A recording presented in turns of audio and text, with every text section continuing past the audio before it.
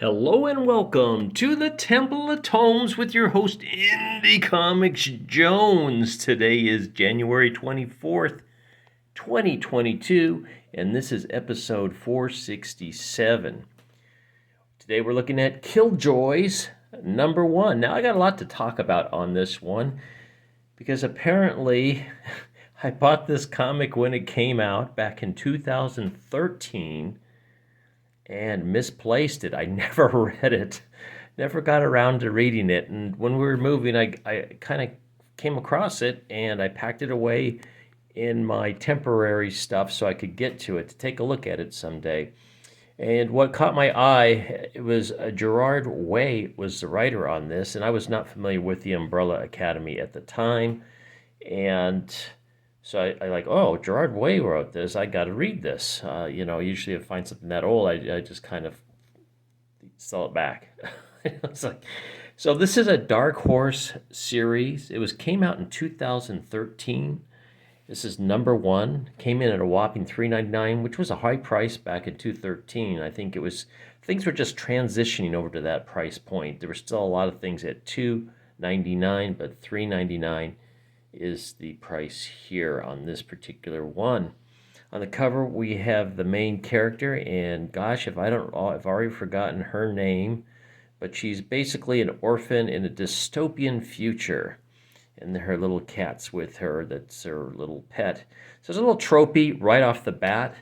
However, back in 2013, I think it was a lot less tropey. We've seen a lot of stuff come out since then, where we have the solo girl, such things as Noctera, Vagrant Queen. I like to pick on that one, especially since this is a really good story, and nothing really came of it, and Umbrella Academy is a hit show. You'd think they might go back and take another look at it. Now, there is another TV show called The Killjoys, which they are space bounty hunters. This is actually called The True Lives of the Fabulous Killjoys.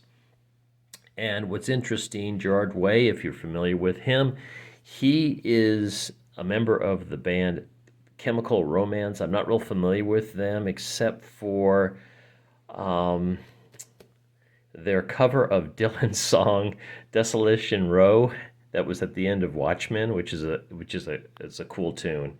If you could probably hear that on YouTube if you've never heard it before. They do a good job on that. Really, really cool job. So what I really liked about this was just the interplay between the characters. Everything is well written. Gerard Way, I don't know why he used another writer with him, the Sean Simon.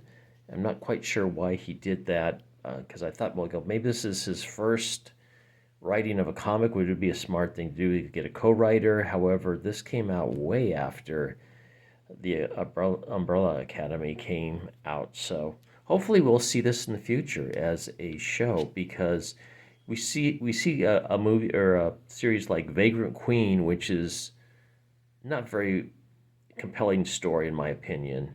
That gets made into a sci-fi series right off the bat. I mean, like a year later. This one has got so much more going for it. It is so much more interesting and immersive, yet there's still something for everybody in this one. Yet it gets overlooked. It's only been, what I can tell, one trade worth, so issues 1 through 6. I might try to find the trade instead of tracking down each individual, what do you want to call it, issue. And I don't think this is really worth that much, honestly, to collect. It is a dark horse. But this is when I started getting back into comics. It was right around this time, 2012, 2013. And the comics were pretty good back then. I was buying a lot, and I wasn't getting through everything I was buying. I still have stuff, some trades that I've bought from back there that I still need to read. Hopefully someday I'll get to those as well. But a lot of life has changed for me since then, so that's part of the issue here. So we get chapter 1, and we get a nice little blurb right off the bat about who the characters is. And this is the first issue, so we don't have to fish around and try to figure out things, clues from pages after pages. We get a little thing there, which is really nice. The script is by Gerard Way and Sean Simon. The art is Becky Clulin, or Coolnan. If I'm saying that incorrectly, I apologize. Colors is Dan Jackson. Letters is Nate Piakos of Blamebot, and the cover was by Becky Clunan. All right, let's take a quick look at the cover again. I know I've been showing it a lot already. So the story is, she was once... Oh, and I should mention that the Chemical Romance, they did an album called The True Lives of the Fabulous Killjoys. They did an actual recording of it. This is a sequel to the album. So instead of making another album, they made a comic book, which is pretty crazy. So I guess they could always go back off that record and get the source material as well. So it starts out, they are out in the desert somewhere. It's not really told exactly where it is, but there's this corporation called Better Living that seems to have either wiped everybody out or after it came up after a war. I'm not quite sure. She's actually in a body bag here. I don't know if we ever get to... can't remember if they tell her name or not. But the kitty comes out first. It's Better Living Industries. And so she gets this... I guess there's these intermittent radio broadcasts which she listens to get more information. And she finds out through this information that there is new supplies at this outpost out in the middle of nowhere. So she's wandering through, and you can see this beautiful desert, but there's all these body bags out there too. So obviously something's going amiss out there. She gets to this outpost. It's an old drive-through motel, and there's some other characters there. They're kind of watching her carefully. She wants to buy this mask, and this mask has special meaning to her because it was one of the Killjoys. The Killjoys kind of adopted her as an orphan, and I believe they were up against probably the BLI, which is the Better Living Industries, as well as some of the crazies that are running around out in the desert. And it's never really established whether these crazies are part of BLI or if they're just out there on their own, because everything's kind of really messed up out here. So she takes up with this group of people because they kind of recognize her as the orphan from the Killjoys, and they all kind of admire the Killjoys.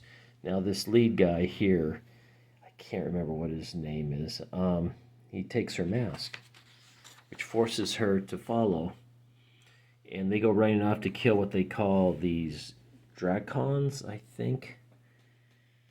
And they wear these masks, and it's never determined or not whether BLI gives them the mask, but everything they see through these masks are monsters, so they have to attack back.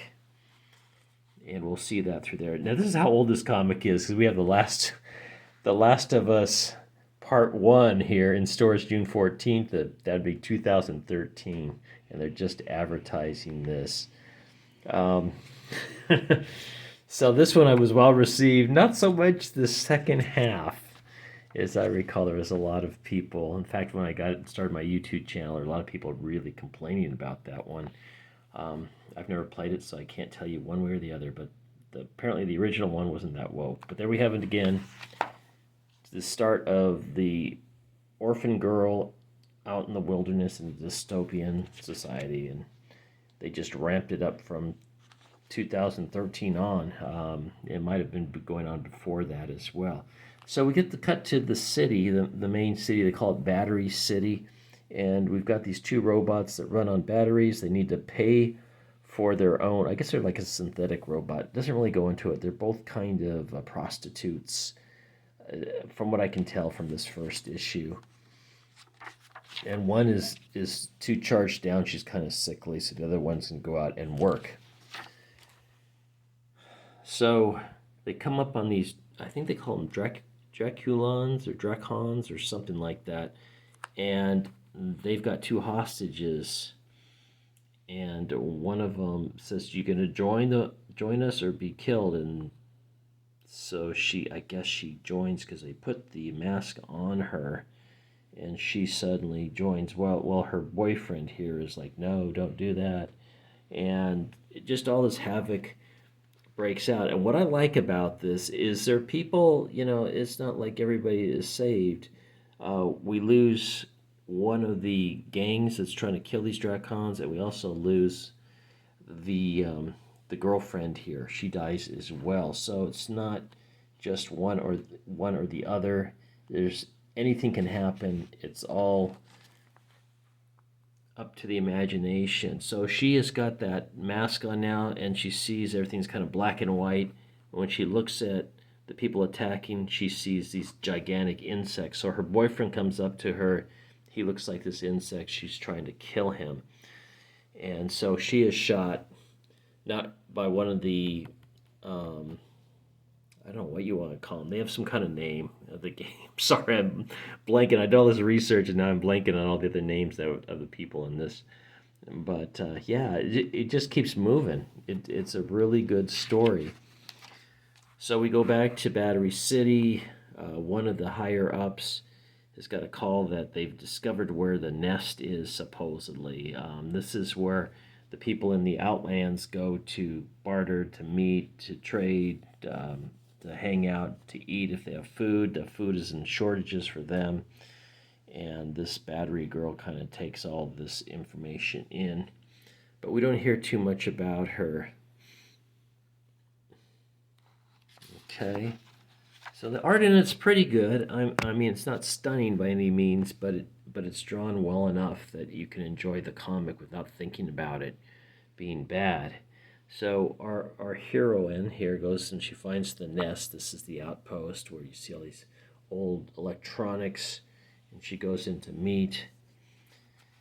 And then they figure out, they get from these intermittent news reports that come through that the nest has been discovered and there's people on the way to take them down. And you can see they're making their plan to go out to the nest. And they realize that perhaps the new guy that survived the attack from the Dracons is perhaps a plant. And you can see them. He's got the pistol out at him right now. And he does shoot him. So we never really find out if he is the plant or not, but he is now dead at the hands of this other one. So everybody's pretty ruthless in this, it's just kind of cool, as far as I can tell. The younger girl doesn't really want to go along with them, but she has really no choice. She wants to get that mask back. And you can see there's the gang that she's hanging out with.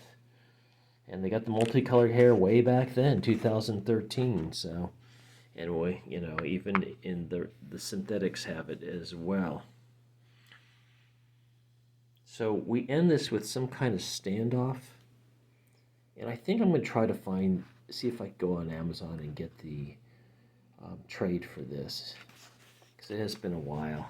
And here's how it ends. Next on deck is Ghost Stations. So it's 22 pages of story content. And then you get a couple more pages of just actual information about this society, this dystopian landscape or whatnot, and this better living industries. So there you have it. This is a recommend. I think I mentioned that before. Then on the back, there's some group called This Good Robot that gets an ad on the back of this comic from Dark Horse. I've never heard of these guys, so I might look them up, see if there's any YouTube videos on it, but it's getting some pretty good reviews off what we see here from someone else from My Chemical Romance. All right. So thank you for stopping by and listening to this time capsule, if you will, of a review of Killjoys. Actually, the true lives of the Fabulous Killjoys. This is a sequel to the record album by My Chemical Romance. As always, please please subscribe if you haven't, please leave comments if you wish, and we'll see you next time at the Temple of Tomes. This is Indie Comics Jones bidding you adieu.